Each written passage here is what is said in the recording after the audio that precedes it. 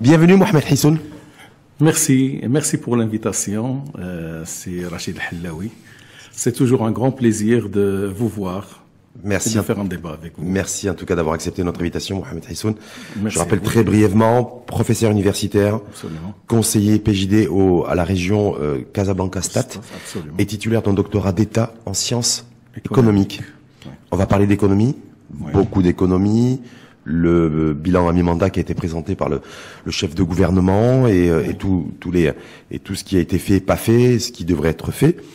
Le chef de gouvernement la semaine dernière qui a présenté le bilan en mi-mandat, bilan d'étape. Un long bilan sur 3 heures. On a reçu quelqu'un on a reçu Mohamed Saoud, là, je sais pas si vous avez vu. Oui, vous avez vu. partie de l'Istiqlal. Ouais, il a dit, c'était long, j'avais mal pour Saladin Othmani parce que rester 2h30, 3 heures à la tribune pour ne rien dire. Voilà, c'est Non, je suis pas d'accord avec lui. voilà, vous avez la possibilité de réagir. D'ailleurs, il peut voir ne serait-ce que le résumé qui a été publié d'ailleurs. Il y a beaucoup d'éléments qu'il faut retenir. Moi, je vous dis une chose. Je ne suis pas du tout là pour défendre ou pour non, je ne veux pas tenir. Est-ce que c'est un bon bilan? Alors, à mi-mandat, est-ce que quand vous qui êtes, je vous dirais mon sentiment. Est-ce qu'on peut être objectif quand on est à la fois membre du PJD et à la fois qu'on a un doctorat en sciences économie sur un bilan économique essentiellement du gouvernement? Alors, je vais vous dire. Moi, je suis là, je parle en mon propre nom, je ne suis pas mandaté pour parler au nom de qui que ce soit, ce qui fait tout ce que je dirais n'engage que ma petite personne. Ceci dit, je tiens aussi à, c'est ce que je souhaite toujours faire, c'est de tenir un discours réaliste, éviter les deux écueils, pas un discours propagandiste, pas un discours enthousiaste, pas un discours nihiliste, encore moins nihiliste. Donc d'être le plus réaliste Alors, possible. j'essaie d'être le plus réaliste possible, le plus objectif possible. C'est vrai. Bon bilan ou mauvais bilan? Qu'on ne peut pas être objectif à 100%. Non, mais c'est en tout cas se rapprocher de l'objectivité. D'être le plus objectif possible. Est-ce qu'en 2 ans, ce gouvernement a travaillé, il a des résultats de 2 ans et demi ou pas? Ou est-ce que les résultats, selon vous, sont bons, moyens, peut mieux faire ou catastrophique? Très bien. Ça, c'est les mentions. Alors, vous qui êtes professeur universitaire. Si moi, vous deviez donner une note et une mention. Je dirais qu'ils sont assez bons. D'accord. Ils sont assez bons. Quand vous dites assez bons, bien sûr, il y a des problèmes toujours, il y a toujours des choses à faire, on peut toujours mieux faire, c'est vrai.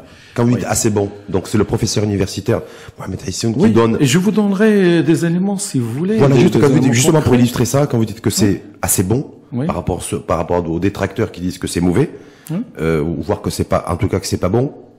Qu'est-ce que vous prenez? Vous appuyez sur quels chiffres, quels indicateurs pour dire que le bilan en mi-mandat de ce gouvernement est correct? Alors, je vous dis une chose, c'est que malheureusement ici au Maroc, il y a une petite remarque à faire. Allez-y.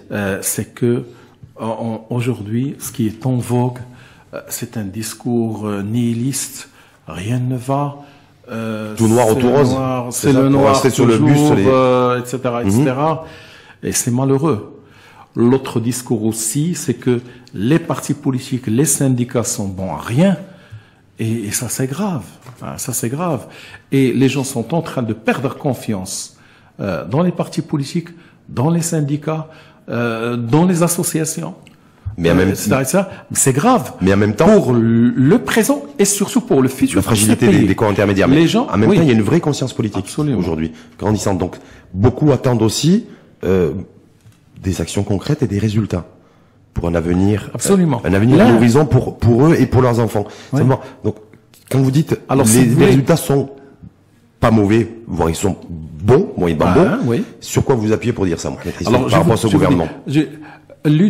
L'un des points négatifs de ce gouvernement et aussi par exemple ici à Casablanca, du conseil qui gère la ville, etc., c'est la communication.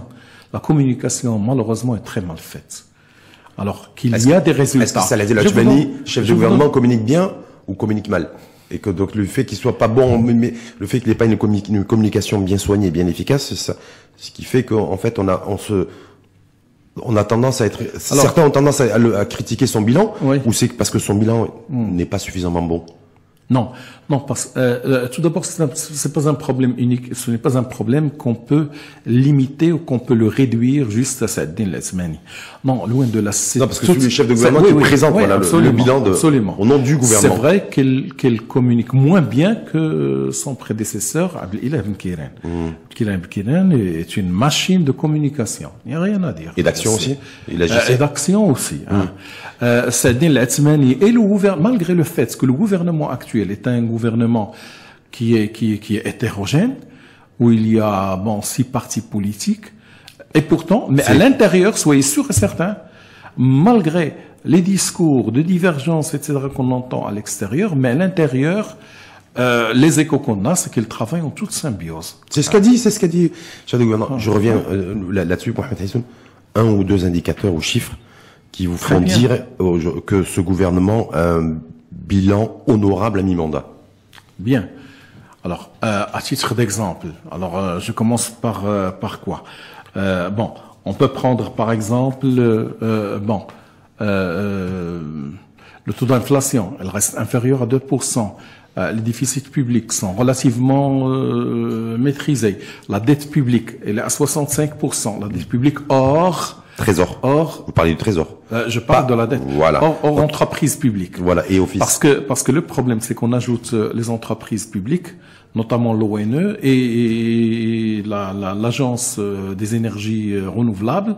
Et là, ils sont en train de faire des investissements colossaux. Parce qu'il faut beaucoup investir. Ce qui fait qu'ils prennent beaucoup de dettes. Les efforts en matière sociale. Par exemple, le programme Tissir, qui aujourd'hui bénéficie à un nombre très très important d'enfants. L'objectif c'est d'ailleurs de scolariser 1 million d'enfants qui sont dans des... Et je vous donne un indicateur.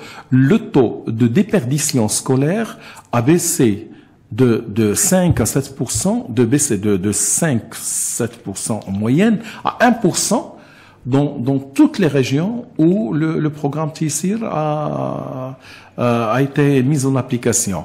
Mieux encore, cette année, à partir du 1er janvier, on a décidé de le généraliser vers les collèges et vers les villages et les villes. Pour l'instant, c'était focalisé pour l'école primaire. Pour les gens qui sont détenteurs d'une carte, beaucoup de social. D'une carte Ramed. Oui, beaucoup de social. Pas beaucoup d'économie. Pas beaucoup d'économie. Non, mais c'est pour parce vous que dire. Le social, c'est la dépense, c'est l'économie, c'est la création de richesse.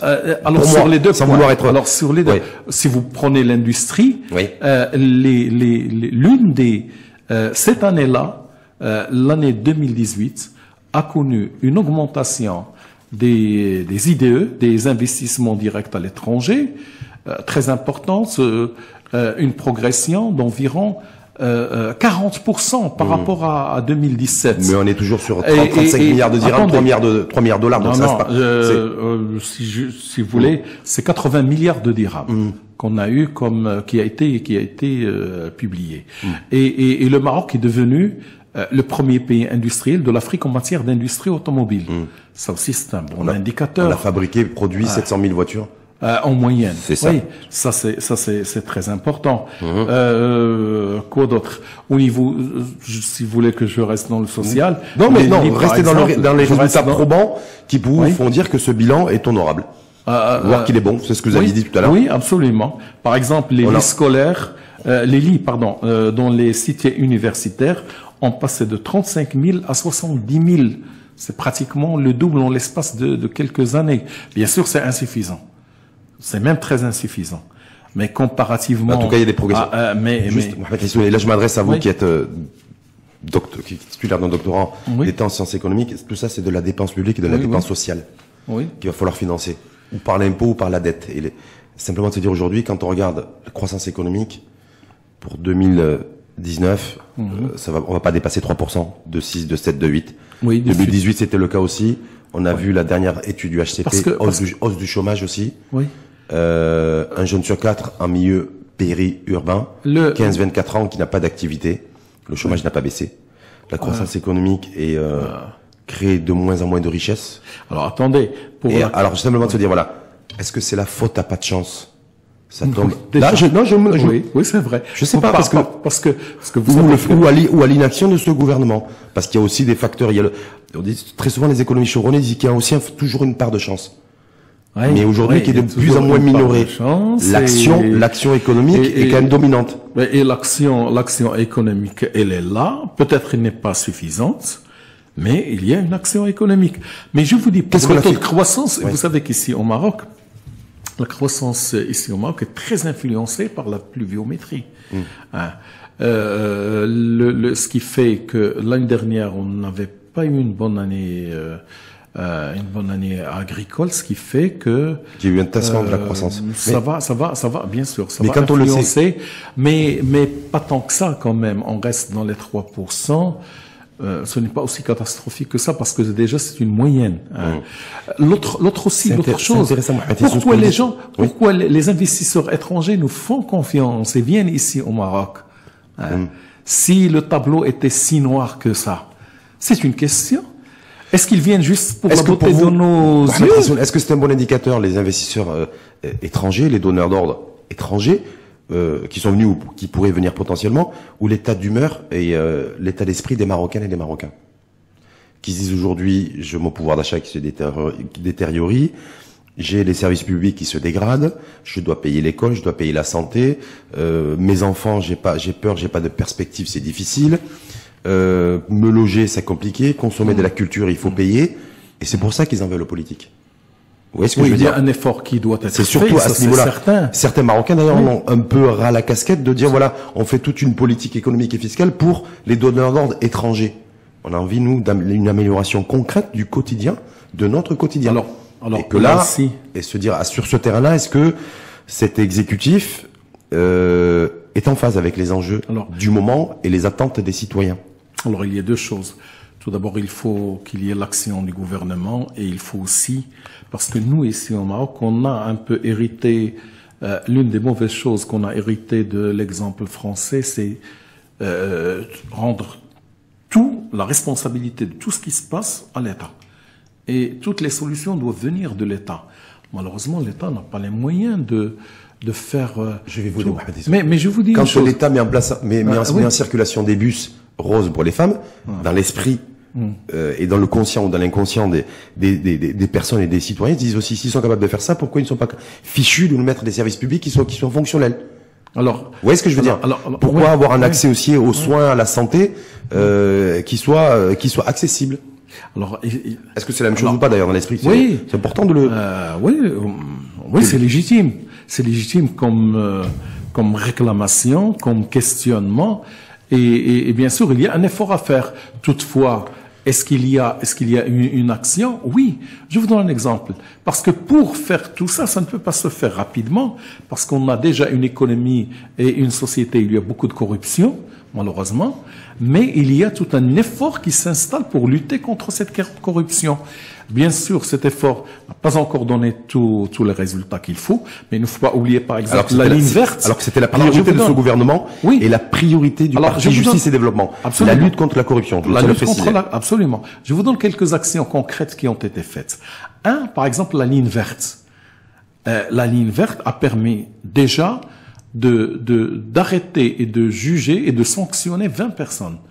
Ce n'est pas suffisant parce qu'il y a aussi... C'est quoi la ligne verte? La ligne verte, c'est le fait de pouvoir appeler pour... Voilà, vous appelez, etc. Mais malheureusement, mais regardez, malheureusement, le citoyen ne contribue pas.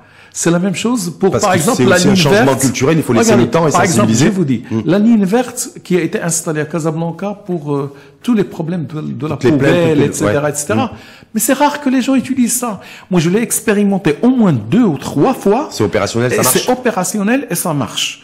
Malheureusement, même si on le voit partout, sur toutes tous les camions de ces sociétés de ramassage des poubelles, sur tous les bacs, etc. Malheureusement, soit que le citoyen n'a pas encore digérer cette idée qu'il peut contribuer, soit.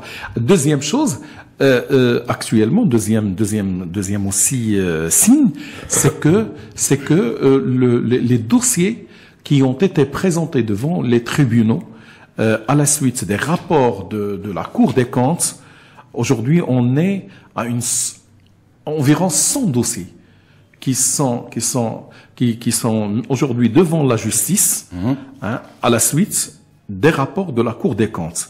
Déjà, une vingtaine ont été jugés et les personnes sanctionnées, les autres sont en cours de reddition des comptes. Mais par rapport à inaction économique, parce que je crois savoir, c'est une conviction, que effectivement, au-delà du facteur démographique et pluviométrique qui a un impact direct sur notre croissance économique, aujourd'hui on doit prendre notre destin en main. Vous êtes bien d'accord? Tous les pays prennent leur destin en main pour se réformer, Absolument. Pour se réinventer, y compris sur le terrain économique. Et d'ailleurs, Donald Trump en donne le parfait exemple. Oui, les décisions qu'elle a prises. Voilà, on peut être critique ou pas. Ça me aujourd'hui. Même si on n'est pas d'accord avec ça. Est-ce qu'il y a une seule décision économique qui a été prise depuis 2 ans et demi? Oui, je viens de parler de... Une décision économique pour faire en sorte, pour développer notre économie, la dynamiser et faire en sorte que l'ensemble des citoyens puissent sentir l'impact de cette mesure économique. Alors, il y a aussi des mesures au niveau de la fiscalité, par exemple. Fiscalité, Oui, par exemple, pour l'entreprise. Vous voyez bien qu'on a pris des mesures pour les petites et moyennes entreprises. Telles que, par exemple, pour l'IS, on est déjà passé du taux fixe au taux proportionnel. La progressivité. Et depuis 2018, on est passé au taux progressif. Et avec le taux progressif, on a baissé la tranche mais c'est pas suffisant parce que leur problème numéro 1, c'est l'accès au financement entre autres. Et l'accès au marché public. Et aussi, on a réduit, par exemple, le taux d'imposition de l'auto-entrepreneur. Ça aussi, c'est une mesure économique qui va faire bénéficier quelque chose comme 100 000 personnes qui sont inscrites dans les listes des auto-entrepreneurs, un peu moins. Oui. Mais entre autres. Mais au niveau économique, macro, micro, qu'est-ce qui a bougé? Alors déjà. Code du travail, parce que ça fait 15 ans que ça n'a pas été touché. C'est vrai. On pensait que ça allait être touché, ça n'a pas été touché. Il doit être fait retraite là-dessus. Sur les vrais sujets. On va aller sur la fiscalité aussi. Sur les retraites. Oui. Sur les retraites, depuis que Saladin Othmani, en tant que chef de gouvernement et de ce gouvernement, j'ai posé les mêmes questions à Monsef Belriat qui était là hier. Il n'y a rien qui a été dit, il n'y a rien qui a été fait. Il y a une sortie du président de la CIMR, il y a 8 jours, qui a dit attention, il a tiré la sonnette d'alarme. Aucune réaction du gouvernement, aucune action entreprise dans ce sens. Pour sauvegarder, sauver le système par répartition, se dire on va sur un système de capitalisation. Est-ce qu'on va devoir dire aux Marocains les yeux dans les yeux, il va falloir travailler plus longtemps? Vous voyez ce que je veux dire? Oui. Et ça, c'est une réforme investissement. Absolument. Si vous voulez mon avis, la responsabilité ici est partagée entre le gouvernement et surtout les syndicats. Et surtout les syndicats. Mais les syndicats, vous les avez rétribués, les gouvernements précédents. Parce que la réforme des retraites, normalement, elle avait été entamée par le gouvernement faite depuis 2006 où malheureusement ça a tardé. Puis après, il y a eu une réforme qui est passée dans les dernières semaines du gouvernement Ben Kiran. Puis après, il y a eu une marche arrière sous la pression des syndicats. Et je crois que c'est irresponsable de leur part parce qu'on risque. Parce qu'on a des exemples. Regardez ce qui s'est passé dans la Grèce. Est-ce qu'on veut arriver à ça? Est-ce que ce gouvernement, parce qu'on était sur le bilan... Pour le code du travail, je suis entièrement d'accord avec vous. Est-ce qu'il manque de courage? Pourquoi il n'est pas courageux, ce gouvernement? Est-ce que Saladin Othmani manque... Non, je ne sais pas, je vous pose la question. Oui, parce que je me dis, moi, à ce rythme-là, on va se retrouver en 2021, à la fin de la mandature, avec une situation financière et économique compliquée par l'inaction politique du politique. Et du gouvernement. Sincèrement, je crois que le rythme de ce gouvernement n'a rien à envier aux autres, sincèrement. C'est-à-dire, c'est un problème de communication. Il est sur courant fort ou courant faible? Pardon? Il est sur courant fort ou sur courant faible? Entre les deux? Entre les deux, si vous voulez. Oui. Parce que tous les grands sujets, tous les grands dossiers sur la fiscalité, vous avez parlé des assises de la fiscalité, réforme fiscale, on ne sait pas ce qui va être fait. Ne serait-ce que le PJD, qu'est-ce qui pour les assises, ça aussi c'est une excellente chose, les assises. Surtout les assises, les 3e assises qu'on vient de voir, il présente beaucoup de de choses très positives, même par rapport aux assises précédentes. Vous savez que les assises, par exemple, les deuxièmes assises sont restées focalisées sur les impôts d'État, n'ont pas parlé de la fiscalité locale. Ils n'étaient pas aussi bien préparés que les assises actuelles. Les assises actuelles... Parce que là, il y a urgence de réformer notre modèle fiscal. Oui, il y a urgence. En fait, moi, ce que je reproche peut-être à ces assises et à cette réforme et toutes les réformes qu'on est en train de faire, c'est qu'on est en train de les faire avant le nouveau modèle de développement du Maroc. Et là, je crois que c'est une fausse voie sur laquelle on va. Pour vous... Là, moi, je suis d'accord avec vous sur ce point que le gouvernement doit faire vite. Pas seulement le gouvernement, les partis politiques, les syndicats, tout le monde, parce que le nouveau modèle de développement interpelle tout le monde. Et normalement, les réformes, toutes les réformes, y compris la réforme fiscale, doit s'insérer dans ce cadre qui doit être consensuel entre toutes les parties. Si je vous dis que le chef de gouvernement la semaine dernière... Attendez, je termine juste rapidement. Si on fait la réforme fiscale, on est d'accord. Ou n'importe quelle réforme, avant c'est comme si vous faites la charrette devant les chevaux. Moi j'ai peur qu'à ce rythme-là, on fasse pas grand-chose. Moi c'est ça qui m'interpelle. Pourquoi je vous dis ça? Vous avez fait référence au modèle de développement, aux assises de la fiscalité. Alors, pour les assises de fiscalité, je ne crois pas. Pourquoi? Parce qu'il y a déjà des deadlines. Par exemple, même dans les décisions... C'est pas ça que je veux vous dire. Simplement. Le chef de gouvernement s'est exprimé pendant un peu plus de 2 heures, 2h30, 2h40. Il a fait une intervention écrite, où il y avait un discours, c'était 70 pages. Oui. 70. Absolument. Voilà, 70. Pages, Il y a un rapport qui a été remis aux parlementaires sur ce bilan à mi-mandat. C'est 358 pages, chaque parlementaire. Je vais pas vous amener sur les économies de papier, simplement de se dire, voilà, à aucun moment, il a été question de fiscalité. À aucun moment, le chef de gouvernement, devant les parlementaires, n'a parlé de modèle de développement. À aucun moment. Moi, c'est ça qui m'inquiète. Alors, je voulais avoir tout votre avis là-dessus. Pas de modèle de développement dans l'allocution depuis 2h30 devant les parlementaires de la part du chef de gouvernement qui présentait le bilan à mi-mandat de son gouvernement. Rien sur la fiscalité. Alors si je suis moi citoyen marocain patriote averti, d'accord, qu'est-ce que je dois en déduire? Peut-être que je suis d'accord avec vous qu'il fallait l'évoquer quelque part, mais le fait est que ni dans le bilan ni dans les perspectives. Non, mais voilà. Mais il est en train de faire le bilan et de présenter ce qui a été réalisé. C'est un instituteur. Et comme c'est déjà assez lent, ce qui fait que et ça a été préparé certainement avant les assises. Parce que, vous savez, les assises viennent de passer le 3 et 4 mai dernier, début mois. Et donc, peut-être que c'est pour cette raison que ça n'a pas été évoqué. Mais, c'est sûr que, première chose, c'est que c'est la première fois que des assises de la fiscalité vont donner lieu à une loi cadre de la réforme fiscale et donc à une visibilité. Comme pour la réforme de l'éducation. Comme pour la réforme de l'éducation et mieux que la réforme de l'éducation. Pourquoi? Parce que là, vous êtes sur un terrain où la loi cadre va apporter des mesures qui sont applicables, qui engagent et qui seront très probablement en faveur des parties prenètes. Alors que la loi cadre sur la réforme de l'enseignement, c'est plus compliqué. D'ailleurs, elle est freinée par votre parti, d'ailleurs, qui ne veut pas le... c'est difficile à l'exprimer comme ça, mais il y a des choses parce que la loi cadre sur l'enseignement, normalement, il doit être dérivé de la charte, de la stratégie, de la vision stratégique, issue du Conseil de l'enseignement. Conseil supérieur. Le Conseil supérieur de l'enseignement et de l'éducation. Or, normalement, il doit être, parce que c'est là où vous avez toutes les parties prenantes, etc. Ça a été discuté de long en large, etc. Et puis après, la charte devait être une dérivée de cette vision.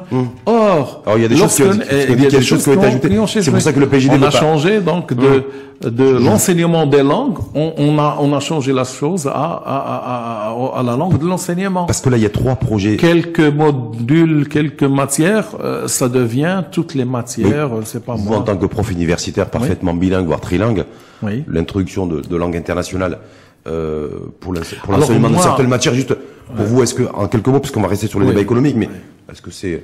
Alors moi, je vais vous dire une chose. Est-ce que c'est gênant? Tout d'abord, et je vais vous dire mon point de vue. Déjà, nous, en matière économique, dans les lycées, les matières économiques et de management sont toujours restées en français. Et dans l'enseignement supérieur, c'est toujours en français. Et je vous dis une chose, c'est que malheureusement, la majorité écrasante des étudiants, sauf bien sûr une petite minorité, la majorité ne maîtrise ni l'arabe ni le français. Et a fortiori l'anglais. Donc la priorité on a déjà, si on veut franciser le reste, on a déjà une expérience sur le terrain. Moi, je suis pour l'arabisation, mais pas parce que malheureusement, lorsqu'on dit on est pour l'arabisation, il y a toujours une déformation. Non, pas du tout. C'est ça le problème. C'est que les autres, qu'est-ce qu'ils font? Ils modifient, ils tordent ce discours en arabisation exclusive. Non, pas du tout. Arabité versus francité. Voilà. Arabisation plus l'enseignement des autres langues. Et même des coefficients très importants, en tout cas, pas seulement pour le français, même pour l'anglais, etc. L'État doit encourager l'effort de traduction. Là, aucun pays ne peut se développer s'il n'y a pas cet effort de traduction. Et l'État, entre autres, les universités, tous les parties prenantes en matière d'éducation et d'enseignement et de recherche scientifique doivent faire un effort en matière de traduction. C'est très, très, très important. En tout cas, si on revient sur le projet de loi... L'élève comprend mieux dans sa langue maternelle... C'est la passion du professeur universitaire qui s'exprime. Que lorsqu'on parle... Et je vous jure que j'ai une expérience où j'ai enseigné des masters arabisants qui présentent un niveau de recherche, de compréhension supérieur, nettement supérieur aux autres qu'on fait en langue française. Sincèrement. En tout cas, le projet de loi cadre sur la réforme de l'enseignement est toujours bloqué. N'a pas été voté. Je crois que... Et le chef de gouvernement qui s'est encore exprimé d'ailleurs il y a 2 jours devant les conseillers à la deuxième chambre, a fait savoir que pour l'instant il n'était pas disposé, qu'il n'y avait pas de validation. Non, soyez sûr qu'il y aura une validation. On arrivera à un consensus, et donc ça passera, en tout cas tôt ou tard. J'espère qu'il respecte l'esprit et la lettre de la vision stratégique. Et ce qui avait été validé en Conseil des ministres. Sinon qu'il fasse une, c'est pas moi, un référendum, entre guillemets, je sais pas moi-même, électronique, etc., pour voir ce que veut la population. On a commencé avec les bus, transport collectif à Rabat. Ensuite, le menu a été consistant avec un petit peu le bilan et votre avis sur le... Et je voulais finir avec une autre information financière et économique. Vous avez vu comme moi qu'il devait y avoir ça découle dans le projet de loi cadre sur la Mazir, les billets de monnaie, les pièces de monnaie, avec des inscriptions en Amazir. Il y a eu un front commun de beaucoup de partis politiques, dont le PJD, mais également l'Istiqlal, tous les partis de la majorité, pour suspendre ça. Est-ce que pour vous, est-ce que c'est quelque chose qui a une signification, une symbolique idéologique, ou pas? Parce que je pense pas qu'il y ait un impact économique, un enjeu économique sur le fait d'avoir demain des billets de banque ou des pièces de monnaie où il y a des inscriptions en amazigh, en arabe et en français, éventuellement. Je vous dis une chose. À mon humble avis, à mon humble ce que j'ai comme information, non, le PJD n'est pas contre le fait qu'on utilise des inscriptions de... Parce que la mazigh a été considérée comme langue officielle. Moi, si vous voulez mon avis, moi j'aurais aimé, et je vous dis, moi je suis personnellement, je suis 50-50 arabe, amazigh. Je suis donc purement marocain. Si oui, non, mais c'est pour ça.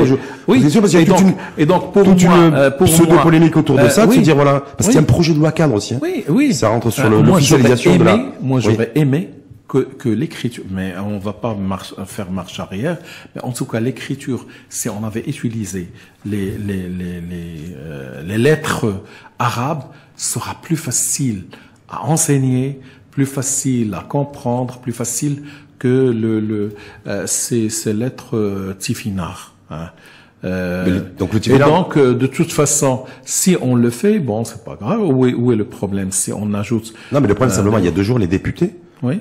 Les députés de la majorité plus les députés de l'Istiqlal, qui sont les députés du parti de l'opposition, ont voté contre, ont rejeté. C'est-à-dire que ça va pas être annulé. C'est suspendu. Parce que c'est qu'une question de temps, puisque ça fait déjà 8 ans que ce dispositif. En toute honnêteté, je ne sais pas pourquoi ça a été suspendu. Je ne sais pas exactement pourquoi. Mais je vous dis que le problème ne se pose pas si on doit ajouter, par exemple, au lieu Banque al Maghrib en français, en tout cas pour Mohamed Hassoun, la circulation de bus roses pour les femmes exclusivement pour lutter contre le harcèlement sexuel, ça vous dérange pas? Vous êtes pour? Pas du tout. Et l'inscription, contraire. Voilà, vous êtes pour. Ah oui, absolument. Voilà. Et vous êtes pour aussi l'inscription de termes, de lettres en tifinagh, en amazigh, sur les billets de banque et sur les voilà. Oui. Et sur les pièces de monnaie. Oui, problème. Oui. Pas de problème. Le seul truc qu'il va trouver. Le Maroc est un pays où il y a des Arabes, des Amazirs, etc. Mais je suis pour que la langue arabe soit le socle avec plusieurs langues étrangères, pas seulement le français, mais aussi l'anglais et peut-être aussi le chinois ou, c'est pas moi, le japonais, l'espagnol, hein. Ah, pourquoi pas? Mais la langue arabe doit être, parce que c'est notre identité, surtout dans les matières sociales, dans les matières économiques, ça se prête facilement, ce jeu. À la limite, les matières techniques, etc. Pour faire un aller-retour avec ce qu'on disait tout à l'heure pour la relance, le bilan économique du gouvernement en mi-mandat, beaucoup d'économistes aussi disent qu'aujourd'hui, ce qui permet de tirer la croissance économique dans beaucoup de pays dans le monde, c'est le patrimoine immatériel. Ah oui. Ah oui. Et il s'avère qu'en fait, nous, on le dit pas souvent, mais ce qui plombe notre croissance économique, c'est pas le fait de pas avoir beaucoup de pluie, ou c'est pas l'effet d'avoir aussi un impact direct de la pression démographique, c'est le fait d'avoir un manque cruel de compétences. Absolument. Et pour renforcer les compétences, il y a l'employabilité, et l'employabilité, ça passe par les langues étrangères aussi. Une maîtrise des langues étrangères. Et de la langue nationale. C'est pour ça que... Si on ne maîtrise ni la langue nationale, ni les langues étrangères, là, c'est là où il y a... En tout cas, Mohamed Hassoun, il maîtrise... Vous êtes bilingue, trilingue? Absolument. Parfaitement. Absolument, je suis parfaitement bilingue, un peu moins pour l'anglais. Mais j'écris aussi en arabe, je m'exprime parfaitement bien en arabe classique. Et en amazigh également? L'amazigh un petit peu. Un petit peu, malheureusement, parce que mes parents ont été élevés ici à Casablanca. Et donc, ma mère qui est très amazigh, bon... Donc je comprends pourquoi vous êtes pour et favorable à l'inscription de la présence du tifinagh et de la mazir sur les billets de banque et les pièces de monnaie. Je l'aurais même si vous n'aviez pas des racines et même si je n'avais si votre maman n'était pas amazir. Même. Merci en tout cas, Mohamed Hassoun. Merci à vous, merci pour votre invitation. C'est toujours un plaisir, Mohamed Hassoun. Merci beaucoup et je rappelle que vous êtes donc professeur universitaire, absolument, conseiller PJD au conseil de la région Casablanca-Stat, oui, et titulaire d'un doctorat d'État en sciences économiques. Oui. Merci à vous et belle journée. Merci à vous et merci pour votre invitation. Barakallahu fik.